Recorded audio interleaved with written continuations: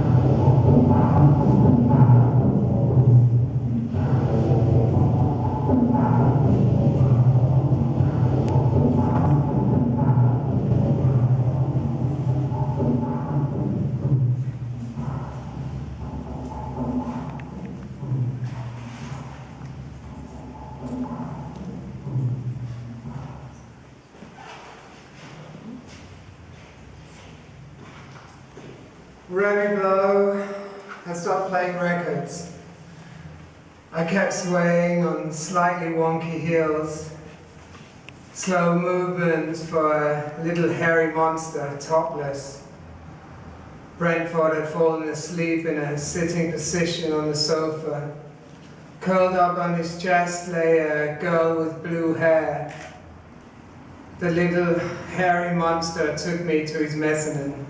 Hairy arms, hairy shoulders, hairy back, hairy chest. I ran my thumbs along the 2 scars under his nipples.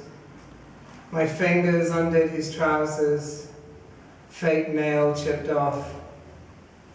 My fingers traveled past the hairy pussy to the little cute bumhole, something my fingers were familiar with. He laughed. He ran a finger along the pussy as if to unsip it. It slid open. I kept one finger inside his arsehole. Another finger entered the freshly opened wound. My head moved closer. My mouth entered. A particular taste mixed with an exhilarating smell. Neither male nor female. The clitoris was shaped like a little fern mushroom.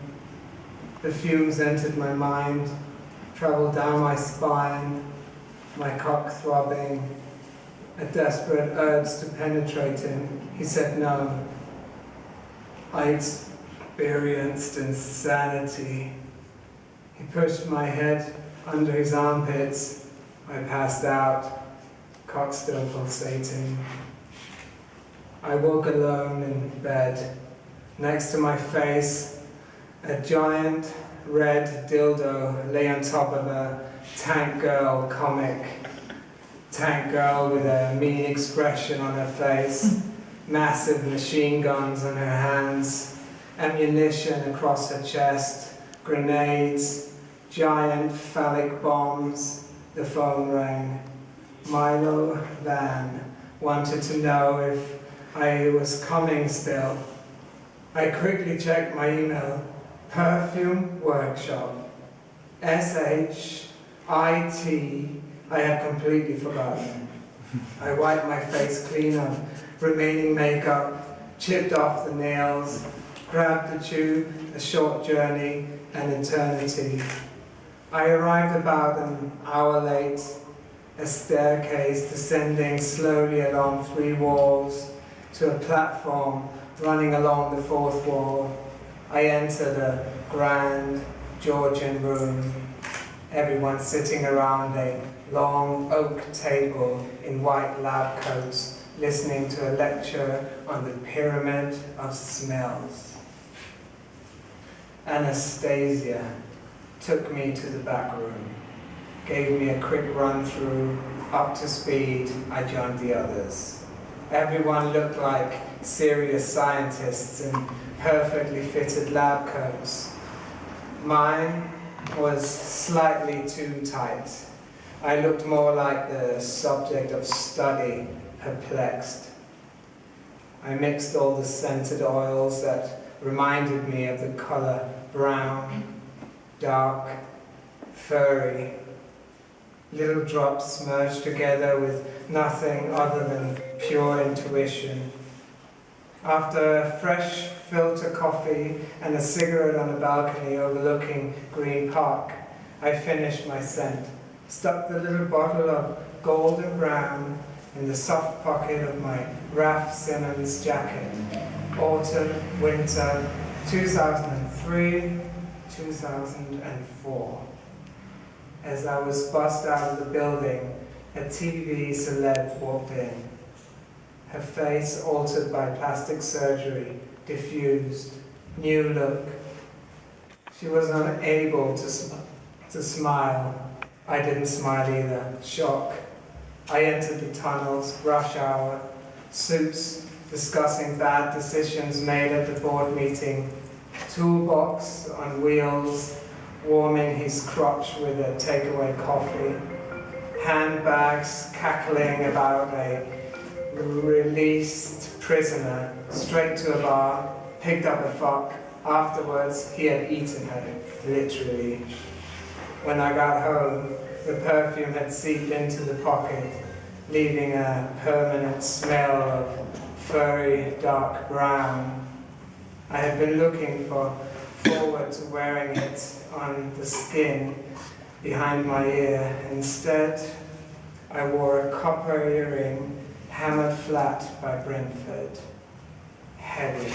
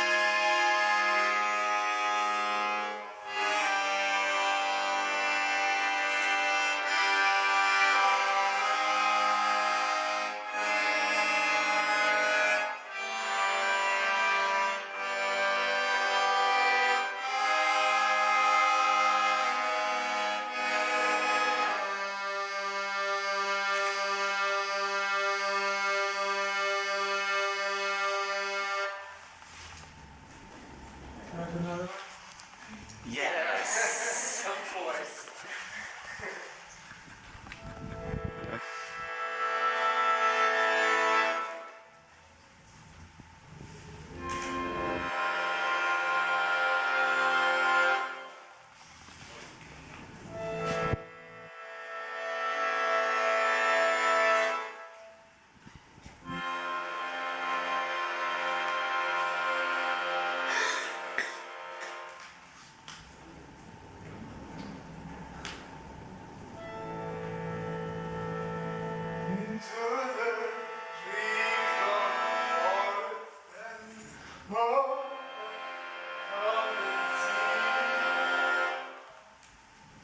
You took the car, you was watching everything from me.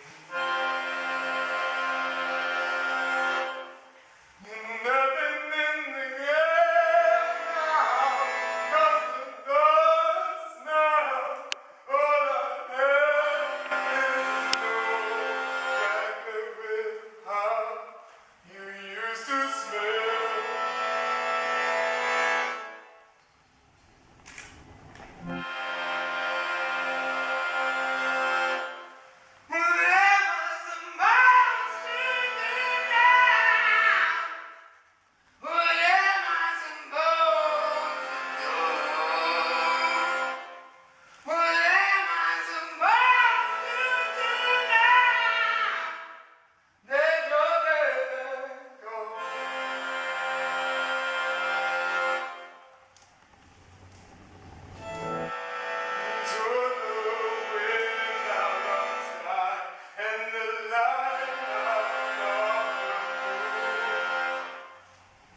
You took